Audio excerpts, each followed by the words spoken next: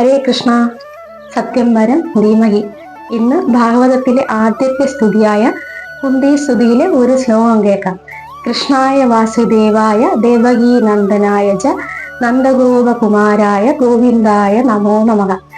അതിനർത്ഥം വസുദേവന്റെ പുത്രനും ദേവകീ ദേവിയുടെ ആനന്ദവും നന്ദഗോപന്റെ കുമാരനും ഗോക്കളുടെ രക്ഷകനും ഗോക്കളുടെയും ഇന്ദ്രിയങ്ങളുടെയും ജീവദാതാവുമായ ആ ഭഗവാനെ ഞാൻ നമിക്കുന്നു എന്നാണ് കുന്തിദേവി പറഞ്ഞത്, അല്ലെ?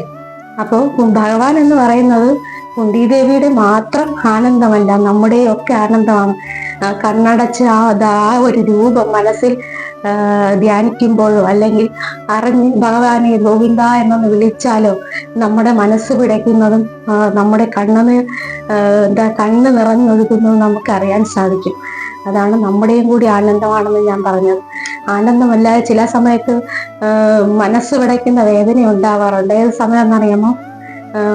ഭഗവാൻ സ്വർഗാരോഹണം ചെയ്യുന്നു എന്ന് അറിഞ്ഞ സമയത്ത് ആ ഉദ്ധവരെ കുറിച്ച് ആലോചിച്ച് പലപ്പോഴും ഞാൻ കരയാറുണ്ടായിരുന്നു. കാരണം 125 വർഷം ഭഗവാന്റെ കൂടെ ഭഗവാന്റെ സഹചാരിയായി ജീവിച്ച ഒരാളാണ് ഉദ്ധവർ. അപ്പം ഭഗവാൻ സ്വർഗാരോഹണത്തിന് തയ്യാറായി നിൽക്കുന്നു എന്നറിയുന്ന ആ നിമിഷം ഉദ്ധവരുടെ മനസ്സിലെ ആ ഒരു ചിന്ത എന്തായിരിക്കുമെന്ന് ഞാൻ പലപ്പോഴും ചിന്തിക്കാറുണ്ട്.